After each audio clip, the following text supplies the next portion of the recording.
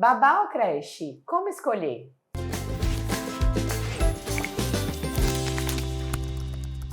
Hoje a gente trouxe uma pergunta que é muito comum no consultório e algumas pontuações para que você pense na hora de escolher.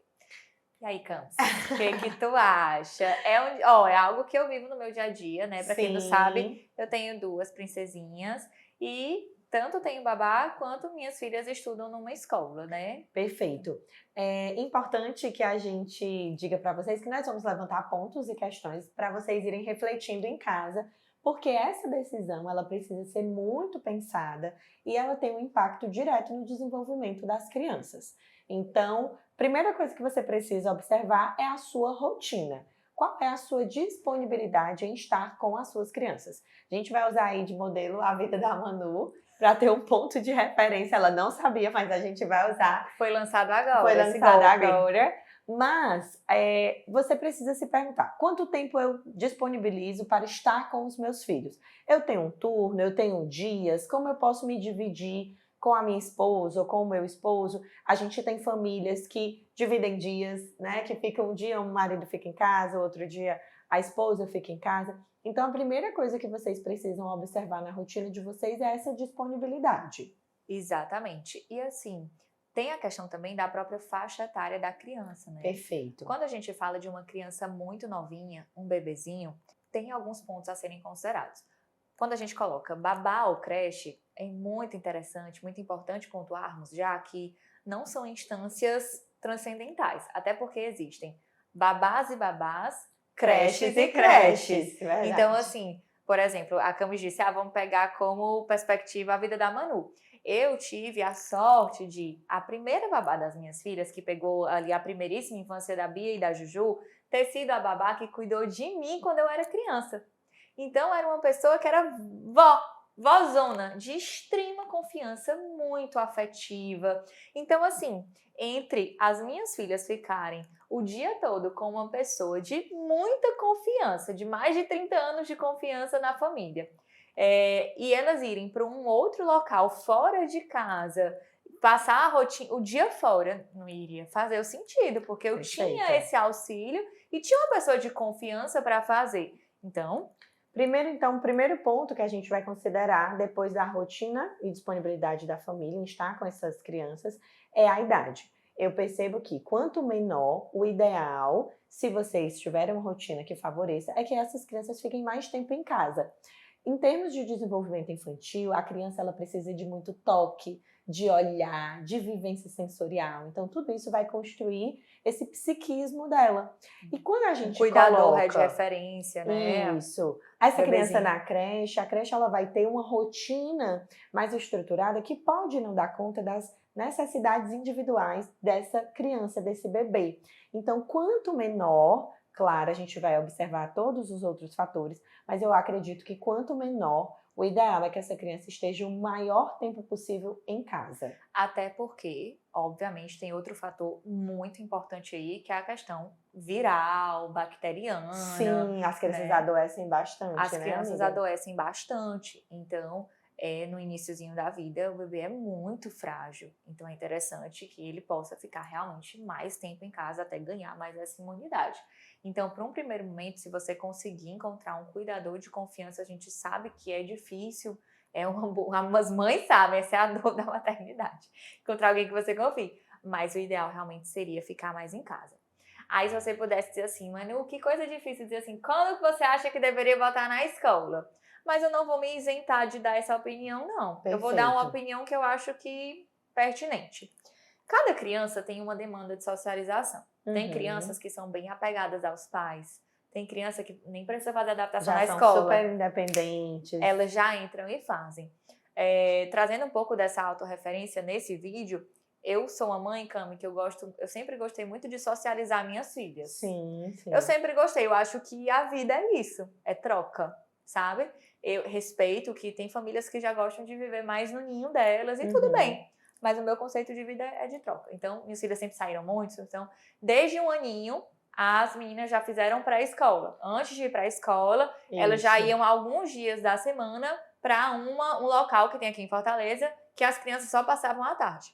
É um contraturno, né? Um contraturno. Então, é que recebia essas crianças de primeiríssima infância. Quando elas fizeram ali 1 ano e pouquinho, perto de 2 anos, porque teve a pandemia. Isso. A pandemia atrasou a entrada da Bia na escola, porque as escolas fecharam. Sim, sim. Mas a Bia, a pandemia começou em 2020. 2020, sendo que Março de eu lembro 2020. que as escolas abriram, a Bia foi pra a escola. Tipo, tinha 6 crianças na sala dela, ela já foi.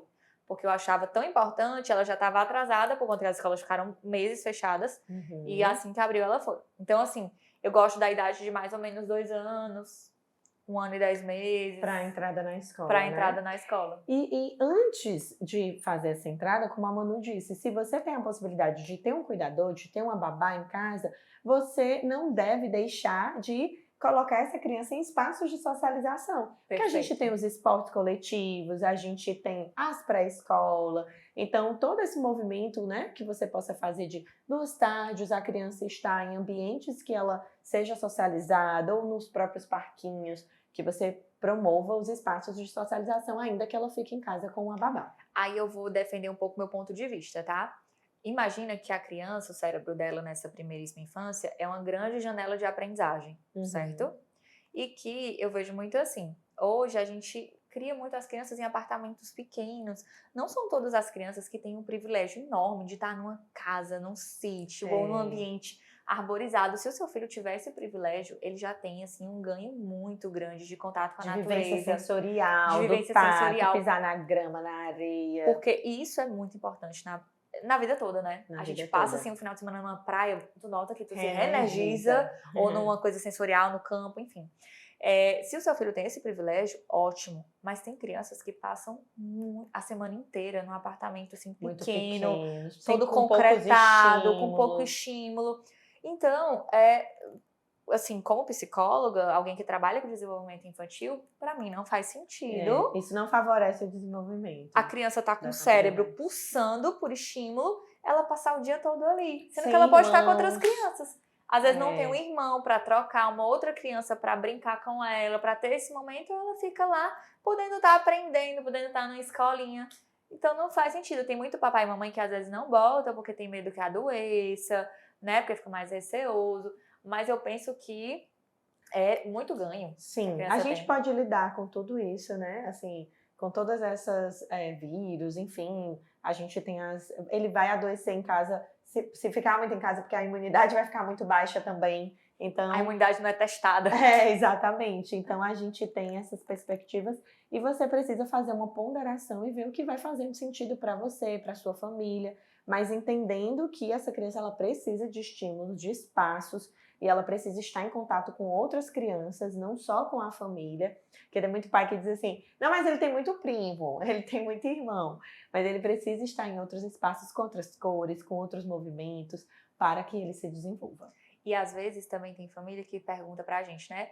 E eu boto na integral? Ou eu boto um turno? Verdade.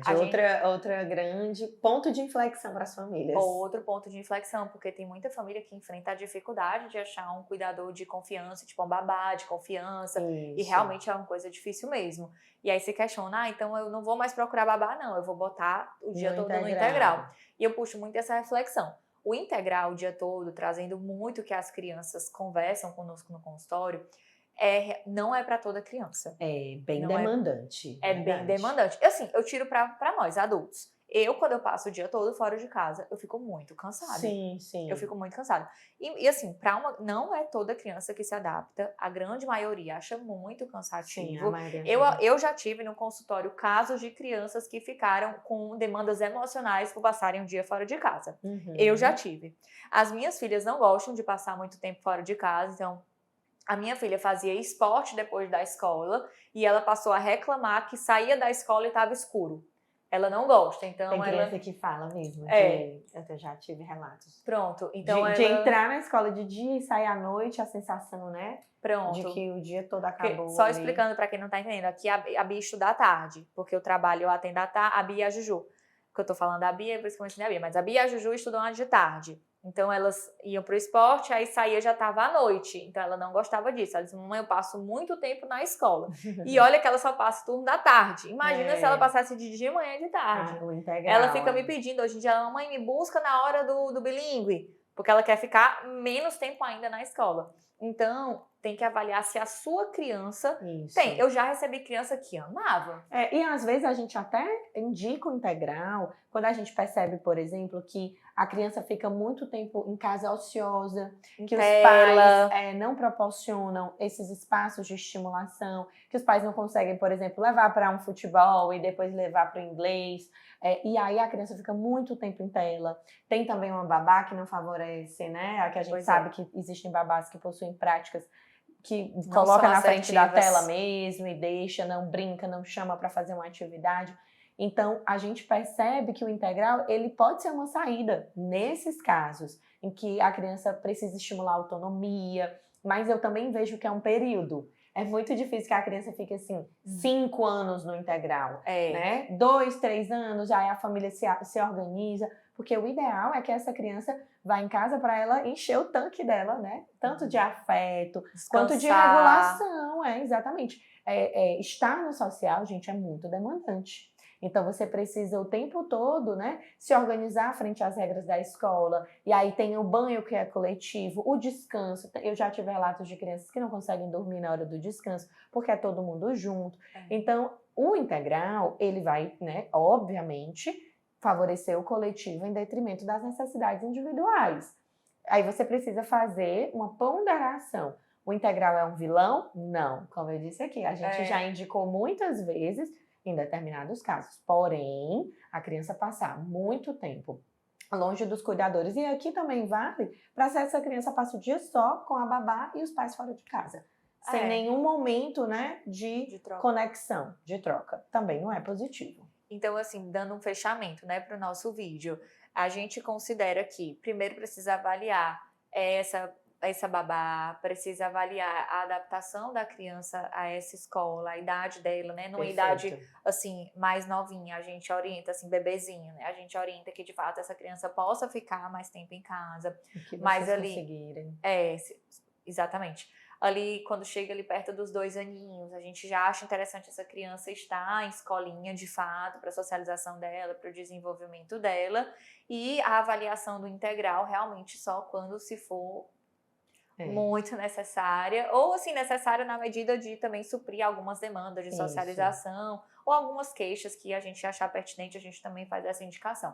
Mas a longo prazo precisa considerar o nível de adaptação dessa criança, se ela gosta mesmo, se é pertinente. Tá bom? Perfeito.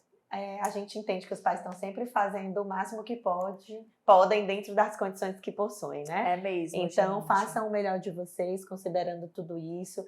Eu preciso esse ano botar no integral, mas eu vou me organizar para no próximo ano eu ter um turno em casa. A Manu, por exemplo, toca 300 mil projetos, mas todas as manhãs ela está em casa com as meninas. Hoje eu estou aqui gravando exatamente. Mas está tudo organizado em casa. Outros amigos que fazem, né, essa separação, de um dia fica um, outro dia fica outro, então vejam, se organizem. E é importante que o pai e a mãe também tenham um momento de autocuidado, né? Porque eu percebo que às vezes o pai e a mãe não...